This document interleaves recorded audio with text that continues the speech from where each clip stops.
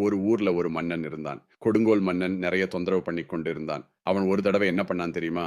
ஒரு தப்பும் பண்ணாத ஒரு இளைஞன புடிச்சு ஜெயிலில் அடைச்சுட்டான். அந்த பையனோட சொந்தக்காரர்கள் எல்லாம் ராஜா கிட்ட போனாங்க. அவன் ஒரு தவறும் பண்ணல. அவன விடுதலை பண்ணுங்க அப்படின்னு கெஞ்சி கேட்டுக்கிட்டாங்க. மன்னன் வந்து யோசனை பண்ணான். பின்னர் அந்த இளைஞனை கூப்பிட்டுட்டு வரச் சொன்னான். அவனை கொண்டு வந்து ராஜா முன்னாடி நிறுத்தினார்கள். மன்னன் சொன்னான், "உன்னை நான் விடுதலை பண்ணுவேன். ஆனா ஒரு நிபந்தனை இருக்கு. அந்த நிபந்தனைய நீ நிறைவேத்தினா உனக்கு விடுதலை." பையன் சரின்னு ஒத்துக்கிட்டான். மன்னன் அப்புறம் கண்டிஷன் சொன்னான், "உன்கிட்ட ஒரு செம்மறி ஆட்ட குடுக்கப் போறேன். 1 மாசத்துக்கு அதுக்கு தேவையான தீவனத்தையும் குடுக்கப் போறேன். 1 மாதம் கழிச்சு அந்த ஆட்ட எடை போட்டு பார்ப்பேன். அந்த ஆட்டின் எடை கொஞ்சம் கூட கூடக்கூடாது. எடை கூடினா உனக்கு விடுதலை கிடையாது. என்ன சொல்ற?" பையனுக்கு ஒண்ணும் புரியல.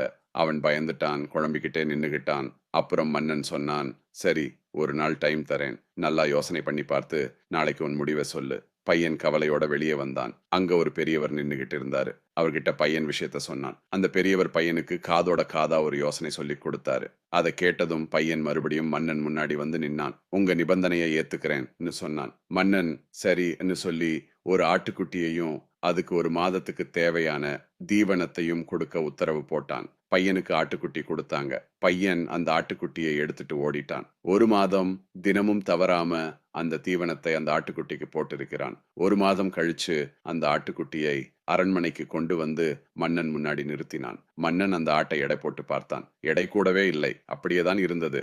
உடனே போட்ட நிபந்தனைப்படி அந்த இளைஞனை விடுதலை செய்து விட்டான் மன்னன். ஆட்டுக்கு எடை கூடாம இருக்க அந்த பெரியவர் சொல்லிக் கொடுத்த யோசனை என்ன தெரியுமா? அது வேற ஒண்ணும் இல்ல. அந்த ஆட்டுக்குட்டிக்கு எதிர்ல அது கண்ணில் படுற மாதிரி ஓநாய கட்டி போடச் சொன்னார். அவ்வளவுதான். ஆட்டுக்கு ஓநாய் என்பது பிறவி பகை.